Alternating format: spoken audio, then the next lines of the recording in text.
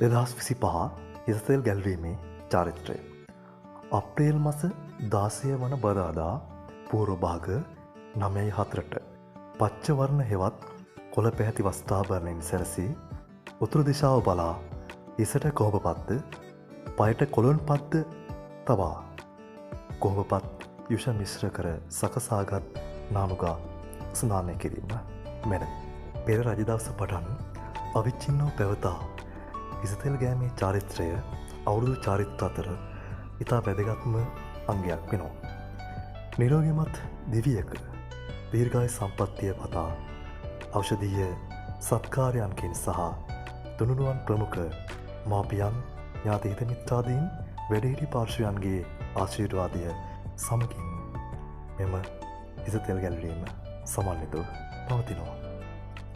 බොහෝ විට ඉසතෙල් ගෑමේ චාරිත්‍රය ගමේ පන්සලේ ගෞරවනීය ස්වාමින් වහන්සේගේ ආශිර්වාදයෙන් සිදුවන අතර එසේ නොවන තැන නිරෝගී දීර්ඝායු සුව විඳින වැඩිහිටියෙකු විසින් ඉසතෙල් ගැල්වීම සිදු කරනු ලබනවා.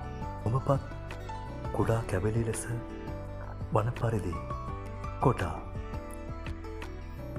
දෙහිගිරි දෙකක් පමණ සිහින් කැබලිවලට කවා මැටි බඳුනකට දමා එම බඳුනට ආයුර්වේද දෙපාර්තමේන්තුව විසින්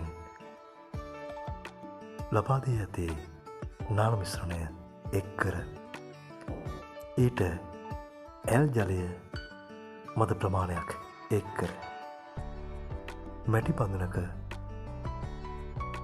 රත් කර ගැනීම සිදු කරනු ලබනවා.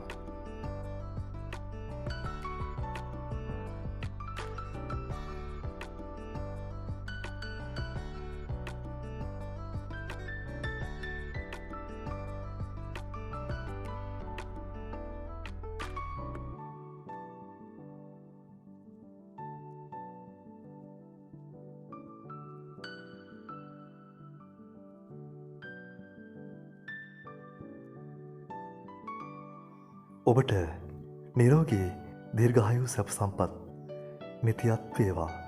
ආරෝග්‍ය පරමාලාභ සන්තුට්ඨේ පරමන්දනං.